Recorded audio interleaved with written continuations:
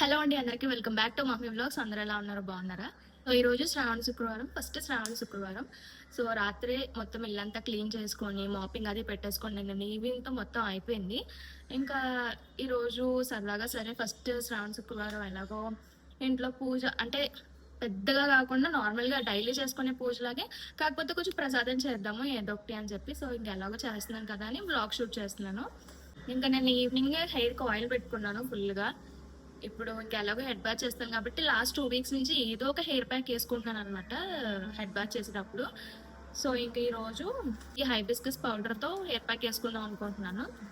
నాకు మంచిగా అదేంటి చిన్నప్పుడైతే మా ఇంటి దగ్గర చెట్టు ఉండేది అనమాట, మందార చెట్టు ఉండేది. ఆకులు పువ్వులు అన్నీ కలిపి మిక్సీ చేసుకొని పెట్టుకుంటే చాలా బాగా పడేది హెయిర్కి. హెయిర్ గ్రోత్ బాగుండేది, కొత్త హెయిర్ వచ్చేది, చాలా బాగుండేది. ఇక్కడ అసలు దొరకవన్నమాట. అసలు ఆకులు చూద్దామన్నా ఎవరింటి దగ్గర చెట్టు ఉండదు. పువ్వులు అమ్మే వాళ్ళు కూడా అన్ని నార్మల్ పూలు అమ్ముతారు, కానీ మందార పూలు చాలా రేరుగా అమ్ముతారు అక్కడ.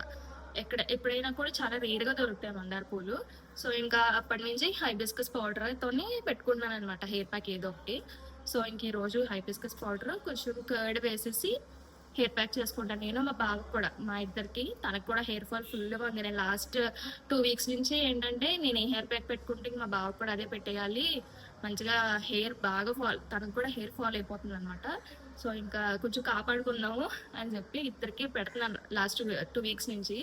ఇది 100% న్యాచురల్ హైబిస్కస్ పౌడర్ అనమాట. సో ఫస్ట్ ఇది వేసుకుంటున్నా. ఇప్పుడు ఇందులోకి కర్డ్ వేసుకోవాలి.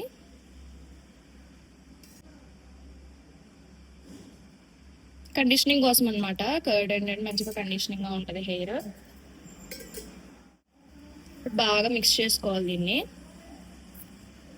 నీళ్ళు వేసుకోవచ్చు, లేదు అంటే అలోవెరా జ్యూస్ ఉంటే కనుక న్యాచురల్గా దొరికేది అది తీసి కొంచెం మిక్సీ చేసుకొని అది కూడా వేసుకొని మిక్స్ చేసుకోవచ్చు, చాలా బాగుంటుంది.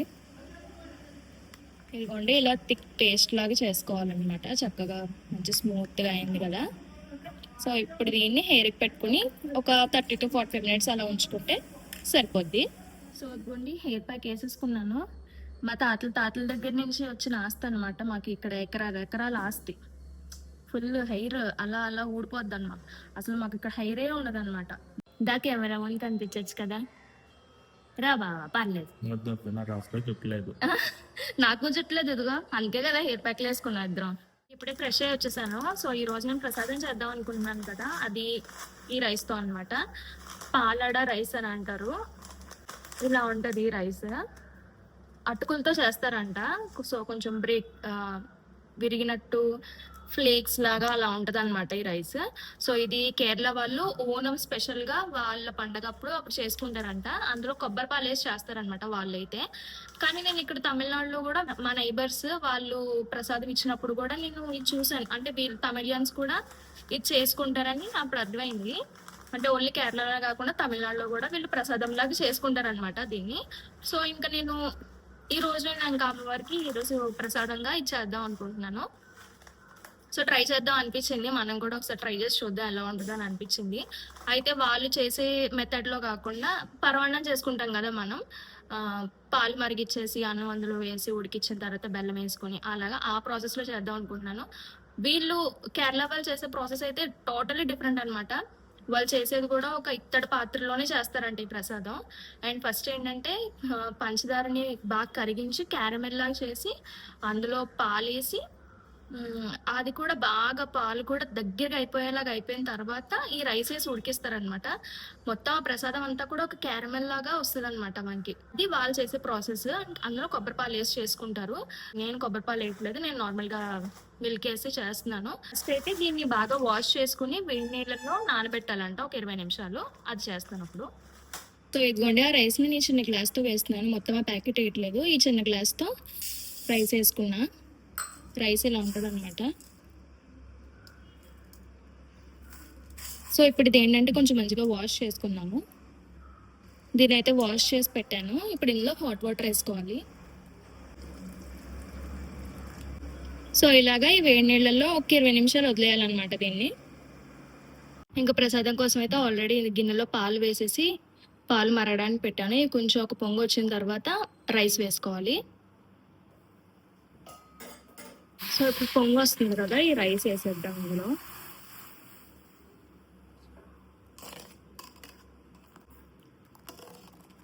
నానబెట్టాక రైస్ ఇలా అయిందనమాట. కొంచెం మెత్తగా, మరీ ఉడికిపోయినట్టు కాదు కానీ గట్టిగానే తెలుస్తుంది. జస్ట్ కొంచెం సాఫ్ట్ అయిందంతే. ఇప్పుడు దీన్ని బాగా కలుపుకొని ఆ రైస్ ఉడికేంత వరకు ఉడికించుకోవాలి. సో ఇందాక ఇక్కడ వరకు ఉన్నాయి కదా పాలు, ఇప్పుడు ఇక్కడ దాకా వెళ్ళాయి. అండ్ పాలు కూడా చూసారా థిక్గా అయ్యాయి అనమాట. పల్చగా ఉన్నాయి, కాస్త ఇంకొంచెం థిక్గా అయినాయి. ఇంకొంచెం మరిగించిన తర్వాత ఇంకా స్టవ్ ఆపేసి బెల్లం వేసుకోవాలి. రైస్ అయితే ఉడికిపోయింది, ఇందాకే చూసాను రైస్ ఉడికిపోయింది. పాలు ఇంకొంచెం మరగాలన్నమాట. ఆ థిక్ కన్సిస్టెన్సీ రావాలి, పల్చగా ఉండకూడదు. ఈలోపు స్టవ్ మీద ఏ గ్లాస్తో అయితే రైస్ తీసుకున్నానో అదే గ్లాస్తో బెల్లం తీసుకొని ఇట్లా కరిగిస్తున్నాను అనమాట. మంచిగా కరిగిపోయి, మొత్తం కరిగిపోయి ఒక్క మరుగు మరిగించాలన్నమాట. ఆ తర్వాత అందులో వేసుకోవాలి. సో ఇదిగోండి ఇలా మరుగుతుంది కదా, ఇంకా చాలన్నమాట. మరీ టిక్కగా చేసేసినా ఇది మొత్తం పాకం అయిపోద్ది. ఇప్పుడు ఈ బెల్లాన్ని ఇందులో స్ట్రెయిన్ చేసుకుని వేసుకుంటున్నాను. ఎలాగో కరిగించాను కదా, సో ఇంకా స్ట్రెయిన్ చేస్తున్నాను అనమాట. బాగా మిక్స్ చేసుకోవాలి. ఇదిగోండి మనకి చక్కగా థిక్ కన్సిస్టెన్సీ వచ్చింది చూసారా, ఈ కన్సిస్టెన్సీలోనే రావాలన్నమాట.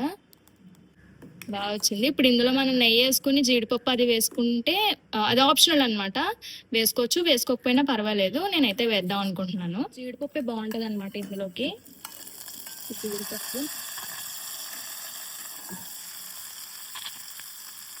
జీడిపప్పు నెయ్యి అది వేసి చక్కగా మిక్స్ చేసేసాను. ఇప్పుడు ఇది ఇలా అమ్మవారికి ప్రసాదం పెడితే ఇంకా పూజ అయిపోతున్నట్టే. ఇంకా ప్రసాదం చల్లారేలోపు నేను కూడా ఇదిగోండి ఇలా రెడీ అయ్యి వచ్చేసాను. ఏంటంటే చీరలన్నీ అలాగే ఉండిపోతున్నాయి, ఎప్పుడు కట్టట్లేదు అని మా అమ్మ అంటూ ఉంటుంది. సో ఇంక ఇలాంటప్పుడైనా కట్టేసాం అనుకోండి, ఆవిడ సాటిస్ఫై అవుతుంది, నా చీరలు కూడా యూజ్ అయినట్టు ఉంటుంది అని చెప్పి, అందులోని ఇలాంటి చీరలు అయితేనే సాయంత్రం వరకు క్యారీ చేయగలం. మిగతా చీరల కన్నా బయట ఎండ మండిపోతుంది అనమాట. సింపుల్ గా ఈ శారీ కట్టుకున్నాను. ప్రసాదం ఇందులో పెట్టేశాను. ఇంకొప్పుడు దేవుడి దగ్గర పెట్టేసి దండం పెట్టుకోవాలి. రోజు మార్నింగ్ మాత్రం ఇంట్లో మా బావే దీపం పెడతాడు. మగవాళ్ళు పెడితే చాలా మంచిదని చెప్పేసి ఇంక మా బావతోనే చేపిస్తాను. ఇంకా బావ వర్క్లోకి వెళ్ళిపోవాలి కాబట్టి ఫస్ట్ దీపం అయితే పెట్టేసి ఇంక తను వర్క్లో లాగిన్ అయిపోయాడు. ఈ లోపు నేను ప్రసాదం చేసి పెడతానులే అని చెప్పాను. సో ఇంకా అయిపోయిన తర్వాత నేను కూడా ఏదో ఒకటి చదువుకుంటూ నాకు పూజ చేసుకోవడం ఇష్టం. సో ఇంకా అలాగా అమ్మవారి నామాలు చదువుకొని పూజ చేసుకొని ఆ తర్వాత మా బావని పిలిచి ప్రసాదం అది చూపించేసి ఇంకా హారతి ఇచ్చుకొని అలా ఇద్దరం కాసేపు పూజ చేసుకున్నాము. అలా దేవుడికి మంచిగా దండం పెట్టుకున్నాము. పూజ అయిపోయింది, ఇంకా ప్రసాదం తీసుకొచ్చాను అనమాట. ముందు మా బావకి ఇస్తాను టేస్ట్ చేయడం. నీకు తినలేదు ఇంకా. ఇలా వచ్చింది అనమాట. ఏంటంటే ఇంకా జారుగా రావాలి, కొంచెం గట్టిగా అయిపోయింది. చల్లారేసరికి గట్టిగా అయిపోయింది. టేస్ట్ ఎలా ఉంది? కొంచెం కెమెరాలోకి వస్తావా? ఇలాగా బాగుందా? దీన్ని ఏమంటారంటే అడ ప్రథమన్ అంటారంట. అడ అంటే ఈ రైస్ ని అడ అంటారు, ప్రథమన్ అంటే పాయసం అనుకుంటా. మేబీ అడ ప్రథమన్ అంటారు. నేను కూడా టేస్ట్ చేస్తాను.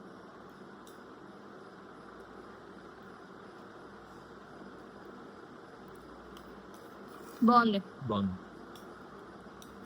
నేను ఇలాచీ పౌడర్ వేయడం మర్చిపోయాను. ఇందులో ఇలాచీ పౌడర్ కూడా వేసుకోతే బాగుంటది, వేసుకోవాలి కూడా, మర్చిపోయాను నేను. ఇంకోటి ఏంటంటే టైం చేసాం కదా, ఎప్పుడు స్టవ్ ఆపాలనేది తెలియలేదు. ఈసారి ఇప్పుడు అర్థమైంది. నెక్స్ట్ టైం చేసినప్పుడు ఆ కన్సిస్టెన్సీ ఇంకా కొంచెం జారుగా రావాలంటే ఎప్పుడు స్టవ్ ఆపాలో కూడా చూసుకుంటే ఇంకొంచెం ఫాస్ట్గానే స్టవ్ ఆపేసి ఉంటే బెస్ట్ ఏమో. చల్లారేసరికి మరి ఇలా కాకుండా ఇంకా జారుగా రావాలన్నమాట యాక్చువల్గా. నెక్స్ట్ టైం మళ్ళీ ఖచ్చితంగా ట్రై చేస్తాను. పర్ఫెక్ట్ కన్సిస్టెన్సీ వస్తుంది. ప్రస్తుతం టేస్ట్ అయితే బాగుంది. రైస్ వార్చాను. ఇంకా ఈరోజు రైస్లోకి మజ్జిగ చారు ప్లస్ అరటికాయ ఫ్రై చేయాలని అనుకుంటున్నాను. సో ఒక అరటికాయ ఉందనమాట, ఇలాగా కట్ చేసుకున్నాను, రౌండ్గా కట్ చేసుకున్నాను. ఇందులోకి ఉప్పు పసుపు కారం కూడా వేసేసి బాగా మ్యారినేట్ చేసి ఒక 10 నిమిషాలు ఉంచితే ఆ తర్వాత ఇంకా షాలో ఫ్రై చేసుకోవచ్చు. ఇంకా షాలో ఫ్రై కాబట్టి కొద్దిగా ఆయిల్ వేస్తున్నాను, ఎక్కువ వేయట్లేదు. హీట్ అవుతుంది, ముక్కలన్నీ ఇందులో వేసేసి నేను మూత అయితే ఏం పెట్టను అనమాట. ఇలానే ఉంచేసి తిప్పుతూ ఫ్రై చేస్తూ ఉంటాను. కాసేపు అట్లా కలుపుతూ ఫ్రై చేసేస్తాను. ఫ్రై అయిపోతాయి.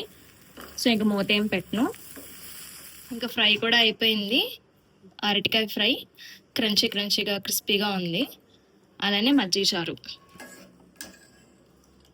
కూడా పెట్టేశాను.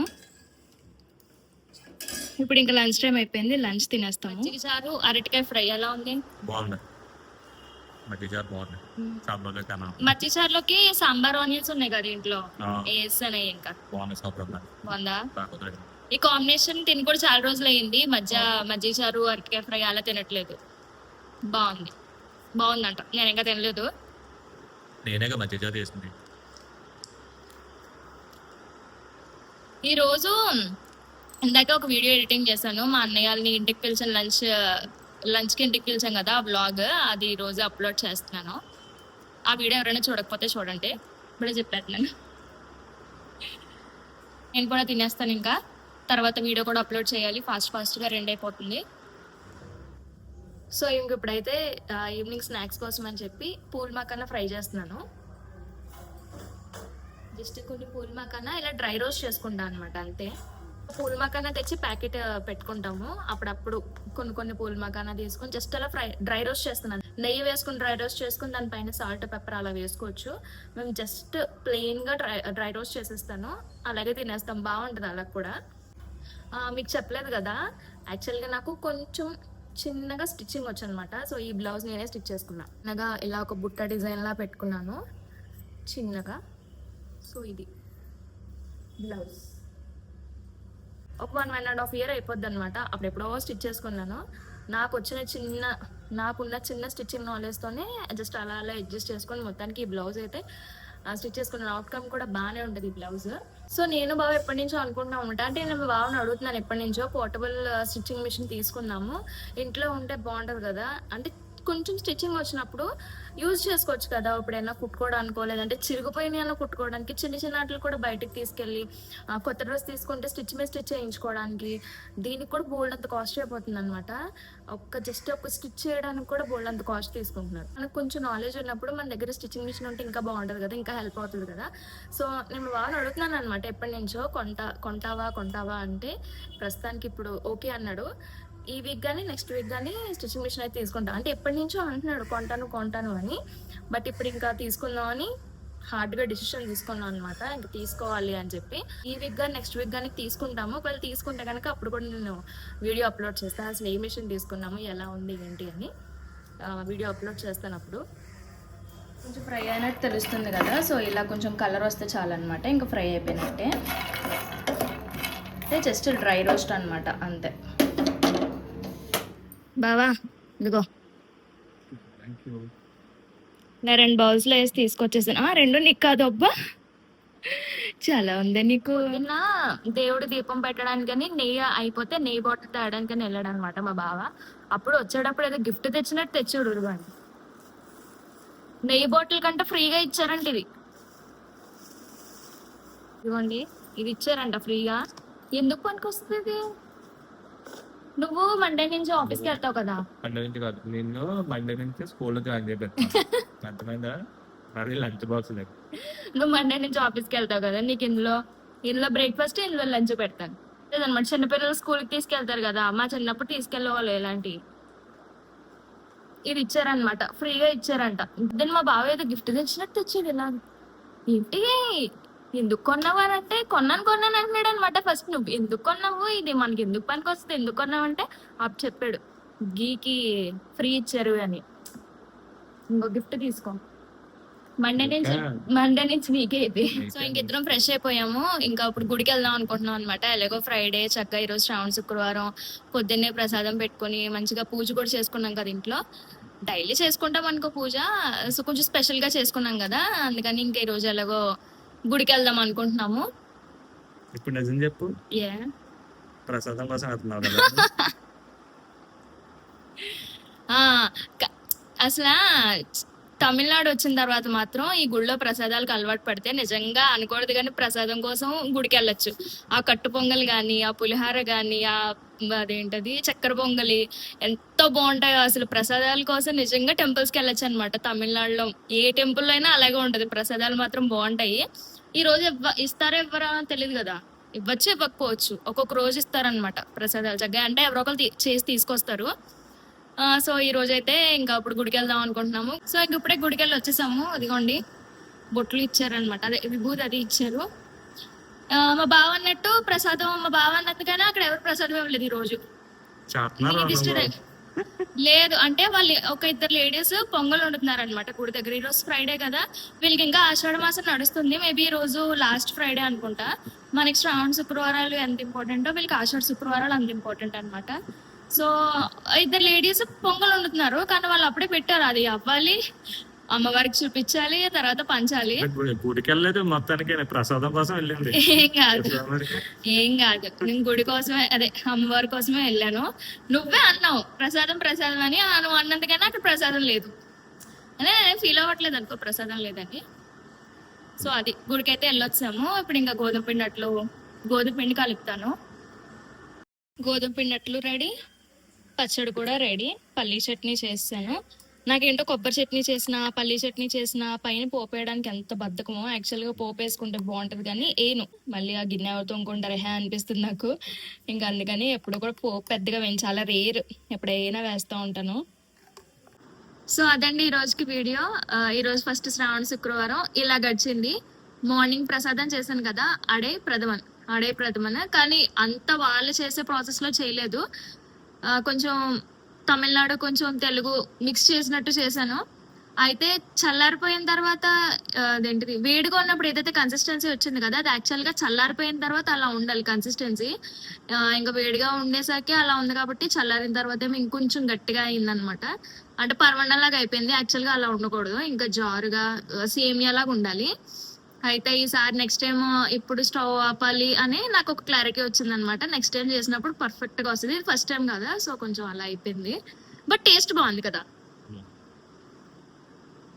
అంటే నేను ఏదో చెప్తే అన్నట్టు ఉంటది. టేస్ట్ బాగా వచ్చింది. కన్సిస్టెన్సీ సరిగ్గా రాలేదు, నేను అనుకున్న కన్సిస్టెన్సీ రాలేదు. సో నెక్స్ట్ టైం బాగా వస్తుంది. ఈ రోజుకి వీడియో అయితే ఇదే అనమాట. ఈ వీడియో మీకు నచ్చితే కనుక లైక్ చేయండి.